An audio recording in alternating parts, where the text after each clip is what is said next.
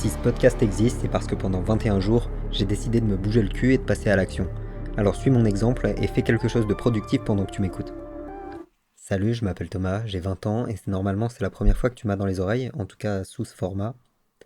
Si t'as un peu suivi sur Instagram, t'as vu que je me suis lancé le défi de créer une première saison de podcast en 21 jours. Et donc aujourd'hui, on est le 14e jour et j'enregistre le premier épisode. Je me suis rendu compte que c'était un exercice super dur. Déjà parce que j'ai pas une super élocution et que du coup j'ai tendance à m'arrêter et même j'ai un peu le réflexe de m'arrêter au milieu d'une phrase quand je me rends compte que je suis en train de la rater pour pouvoir la reprendre comme s'il y avait à avoir un montage. Sauf que non, le but c'est de pas faire de montage justement. Donc voilà, et puis c'est super dur d'organiser une pensée. Je me suis rendu compte que je voulais parler de plein de trucs et c'est pas les idées de sujets qui manquent, mais c'est surtout l'organisation de la pensée sans partir dans tous les sens, sans ouvrir un milliard de portes, sans jamais les refermer, etc. La raison pour laquelle je fais ce podcast, c'est déjà, premièrement, parce que j'avais envie de pouvoir avoir un format où je peux approfondir une réflexion, contrairement au réel que je fais depuis plus d'un mois maintenant sur Instagram, mais qui permettent pas d'approfondir grand-chose.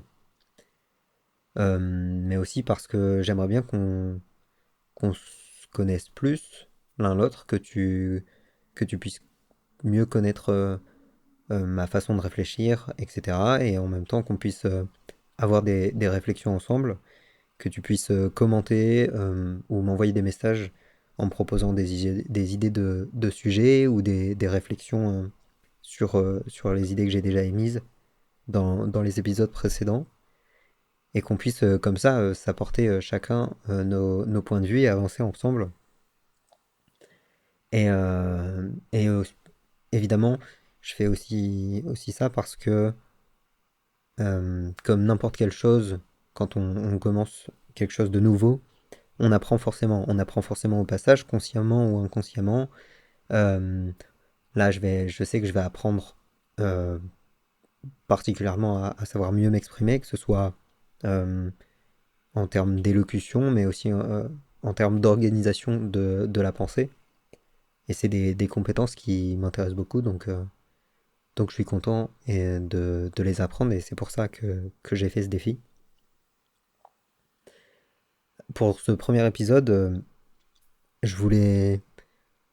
Au départ, j'étais parti pour faire une espèce de présentation de ma vie. C'est peut-être un peu présomptueux, mais de raconter un peu ma vie pour que tu puisses mieux me connaître. Et je me suis rendu compte que c'était super dur parce qu'il y a trop de choses qui se passent dans une vie et qu'il y a trop d'éléments importants et que c'est difficile de trouver un fil rouge à suivre.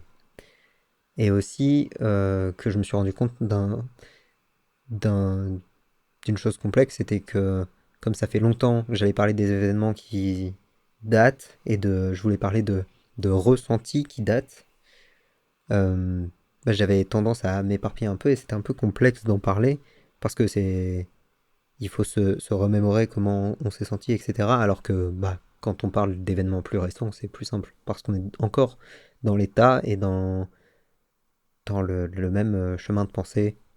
On a encore le même raisonnement, ou en tout cas pas trop loin, parce qu'on n'a pas eu le temps de le faire tant que ça évoluer.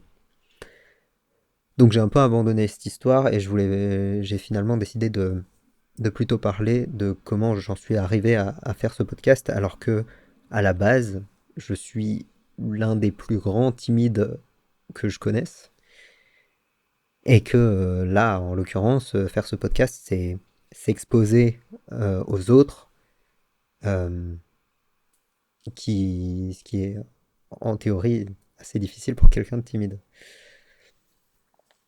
Euh, Toute mon enfance, je pense que toute mon enfance, j'ai été très timide. Je me souviens d'une d'une anecdote où un après-midi, on était avec mon père au cinéma et je voulais des pop-corn. Je devais avoir, je sais pas, peut-être 8 ans et je voulais des pop-corn, donc je vais voir mon père, je lui dis, papa, est-ce que tu peux m'acheter des pop-corn, s'il te plaît? Et il me dit, ok, mais c'est toi qui vas les acheter. En gros, c'est toi qui vas demander à la dame. J'étais terrorisé, j'ai pas eu de pop-corn. J'ai- J'avais le, la souffrance causée par le fait de ne pas avoir de pop-corn était plus faible, a priori, que la souffrance de devoir aller parler à cette dame qui vendait des pop-corn. C'était terrible. Tout ça pour dire que j'étais très timide, ça a toujours été, en tout cas, ça a toujours été dans mon enfance un vrai problème. Euh, en arrivant au collège, j'étais toujours super timide. En plus, j'avais même pas fait la rentrée parce que j'étais à l'hôpital. J'avais une sinusite, sauf qu'elle attaquait mes nerfs optiques. Et du coup, le médecin, il comprenait pas. Enfin, moi, je commençais à voir double. Le décor tournait autour de moi. Enfin, bref, je marchais plus droit. Et le médecin, il comprenait pas. Donc, il m'avait envoyé à l'hôpital, IRM, tout le bordel. Sauf que, à cause de ça, j'ai pas été à la rentrée les 2 premiers jours.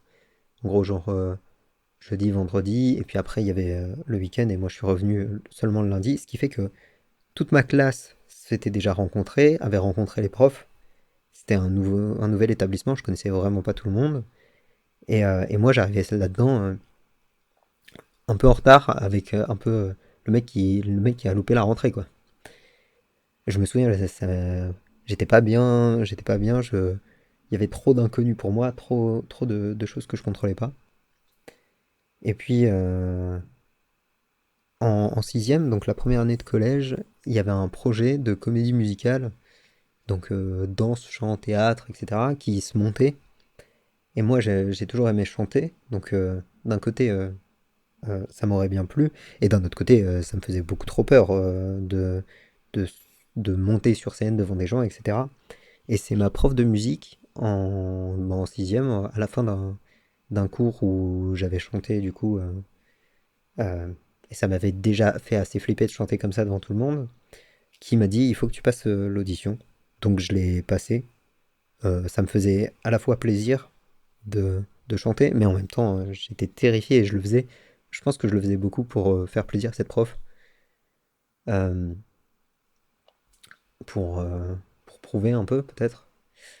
Et donc au final j'ai eu un rôle, j'étais un des cinq Jackson 5. Et puis ça m'a lancé dans une aventure qui a duré 2 ans, l'année de sixième et de cinquième, où on montait un spectacle de quasiment, enfin de plus de 2 heures même, qu'on a fini par jouer devant, je sais pas, plus de 2000 personnes au final. Et avec à la fin toute une semaine de représentation, où vous êtes 2 représentations par jour, enfin, où on était plus d'une centaine sur scène, etc. C'était vraiment un gros truc, à l'échelle du collège évidemment. Et, euh, et je pense que ça a vraiment changé ma perception du, du regard de l'autre. En tout cas, je sais que après ça, c'était beaucoup plus facile pour moi de monter sur scène, enfin même de parler à des inconnus, même si j'avais quand même de l'appréhension, etc. Mais ça a vraiment facilité le processus. Juste après cette comédie musicale au collège, j'ai eu mon premier groupe de rock avec 2 amis qui s'appelait Scud, où on jouait dans le froid, dans un garage, dans des conditions terribles, parce que l'enceinte du chanteur était pas suffisamment puissante, donc on n'entendait pas assez la voix parce que la batterie couvrait tout. Ouais, c'était pas ouf comme condition, mais on s'est bien amusé. Et puis le chanteur-guitariste, c'est... Bon, en gros, il a eu une meuf et puis il s'est tiré, enfin, il n'avait plus trop de temps à passer avec nous. Et j'ai créé le deuxième groupe avec le batteur, qui est aussi mon meilleur pote. Un deuxième groupe de rock, où là c'était moi qui chantais, moi qui écrivais les textes, euh, et j'ai embarqué mon petit frère dans cette histoire euh, en tant que guitariste, puisque du coup on n'avait plus de guitariste. Et donc on a commencé à faire des dates ensemble à, je sais pas, on devait avoir entre 12 et 15 ans. Alors, les premières, c'était terrifiant. J'avais l'impression que j'allais vomir tout ce que j'avais mangé dans la journée avant de monter sur scène. J'étais terriblement stressé, mais au fur et à mesure, j'ai un peu surmonté l'appréhension et je m'amusais de plus en plus sur scène et tout. Et, euh, et c'était une nouvelle étape dans mon processus. Je pense qu'à un moment, j'en avais vraiment plus rien à faire du regard des autres tant que c'était pas mes proches. C'est-à-dire que je pense que c'est vraiment différent le regard des autres et le regard des gens que tu apprécies ou qui sont importants pour toi. Donc je pense que le regard des autres, c'est quelque chose que j'ai complètement, euh, dont je me suis complètement détaché. Par contre, le regard des gens que j'apprécie, c'est toujours quelque chose d'assez pesant dans tout ce que je fais. Par exemple, là, le podcast, je l'enregistre, mais il y a plein de gens qui comptent pour moi qui sont pas du tout au courant de ce projet parce que j'ai trop peur de, de leur jugement. J'ai trop peur que leur jugement et que leur avis sur le projet me. En gros, qu'il y ait quelqu'un qui a un jugement négatif et que ça me réfrène dans mon projet. Donc, euh, donc je préfère le faire dans l'ombre et les mettre devant le fait accompli. Comme ça, au moins, je l'aurais fait et je pourrais pas regretter de ne pas l'avoir fait. Et je pense que j'ai cette réaction-là parce que c'est quelque chose que j'ai déjà vécu. Consciemment ou inconsciemment, il y a déjà des gens euh, qui avaient un avis qui comptait pour moi, qui m'ont euh, un peu réfréné dans un projet. Et donc, j'ai pas envie que. J'ai pas envie de risquer d'être impacté avant d'avoir produit quelque chose. Euh, Je voulais avoir une autre réflexion aussi sur cette histoire de timidité. C'est que je me souviens de quand j'étais en primaire, il y avait un gamin qui m'embêtait, qui s'appelait Paul. Je sais pas, il m'embêtait, il me cherchait un peu trop et ça me saoulait. Donc je l'avais dit à mon père et il m'avait dit d'aller le dire, en gros, à la sortie de l'école, d'aller le dire à la mère de Paul. Enfin, aux parents, quoi. Et donc, il y a un jour où moi qui étais terriblement timide et qui avait tellement peur d'aller voir les autres, j'ai été, hop, euh, voir la mère de Paul, lui dire excusez-moi madame, votre, euh, votre fils il me casse la tête. Euh, et aussi étonnant que ce soit, alors j'avais un peu peur d'aller parler à cette dame, mais c'était pas si dur que ça. Et je pense qu'il y a quelque chose en moi qui fait que c'est plus dur. Ça me fait plus mal de passer pour un lâche plutôt que d'affronter le regard des autres. Et donc pour le coup, comme c'était un acte qui pouvait paraître courageux qu'un enfant de, je sais pas, 8 ans aille voir cette dame en lui disant que, ouais, madame, votre fils, il me casse la tête. Comme ça pouvait paraître courageux, c'était beaucoup plus facile pour moi de faire cette action. Et je sais que ça, c'est un levier que je peux utiliser dans ma vie. Euh, je sais pas si ça relève d'un biais cognitif ou quoi, mais c'est un levier que je peux utiliser dans ma vie pour surmonter des peurs, notamment la peur du jugement et du regard de l'autre. C'est d'utiliser En gros, j'ai plus peur d'être lâche que, que de devoir affronter le regard de l'autre. Je pense que la conclusion que je peux avoir, c'est que ce podcast, il existe aussi parce que j'ai envie de me confronter à une peur qui n'est pas totalement résolue, qui est la peur du jugement, mais cette fois-ci de mes proches. Et donc, c'est pas du tout la première fois que je le fais, mais c'est encore une tentative de me, comment on dit?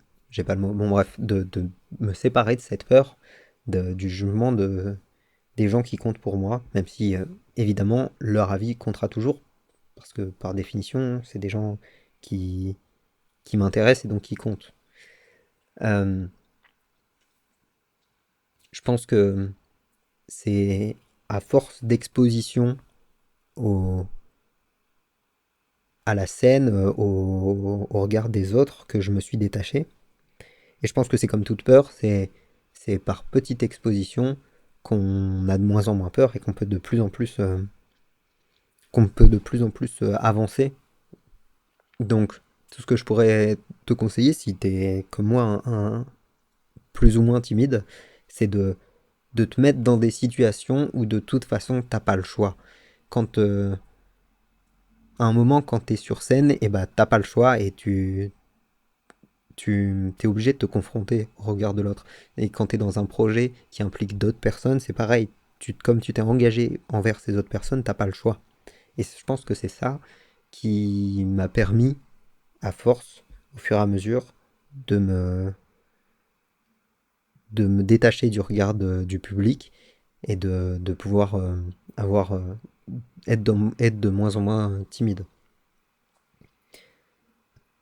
Maintenant, je pense que ça va être la fin de ce podcast. Tout ce que je peux te conseiller, c'est de passer à l'action, d'arrêter d'attendre les mille et une techniques secrètes de millionnaires pour être un peu mieux, pour être- avoir telle ou telle attitude si t'es timide ou pour atteindre tel ou tel objectif. Bouge-toi le cul, fais un truc. Euh, c'est pas grave si c'est pas parfait. Moi, je suis sûr que ce podcast, euh, je le trouverai ridicule d'ici même ne serait-ce qu'un épisode. J'espère qu'en tout cas que l'épisode suivant sera mieux. Mais c'est parce que je me suis bougé et parce que j'ai enregistré ce premier épisode que euh, ça va me permettre de m'améliorer et d'en produire des meilleurs par la suite. On ne peut pas commencer parfaitement et c'est uniquement dans la pratique qu'on valide ces acquis. Ça sert à rien de chercher toutes les petites techniques, de chercher à tout savoir. Il faut mettre en application et apprendre au fur et à mesure. Donc bouge-toi le cul, avance vers tes objectifs, réfléchis à ce qui est le plus important et fais-le. Et les petites fioritures, les petits ajustements, ils se feront au fur et à mesure. Merci de m'avoir écouté, n'hésite pas à commenter ou à m'envoyer un message sur Insta. Mon compte c'est thomas.sechy, C-E-2-C-H-Y. Envoie-moi tes réflexions, tes idées de sujets, tes conseils ou tes questions. Ça m'intéresse vraiment d'avoir ton avis et qu'on puisse partager nos points de vue pour évoluer.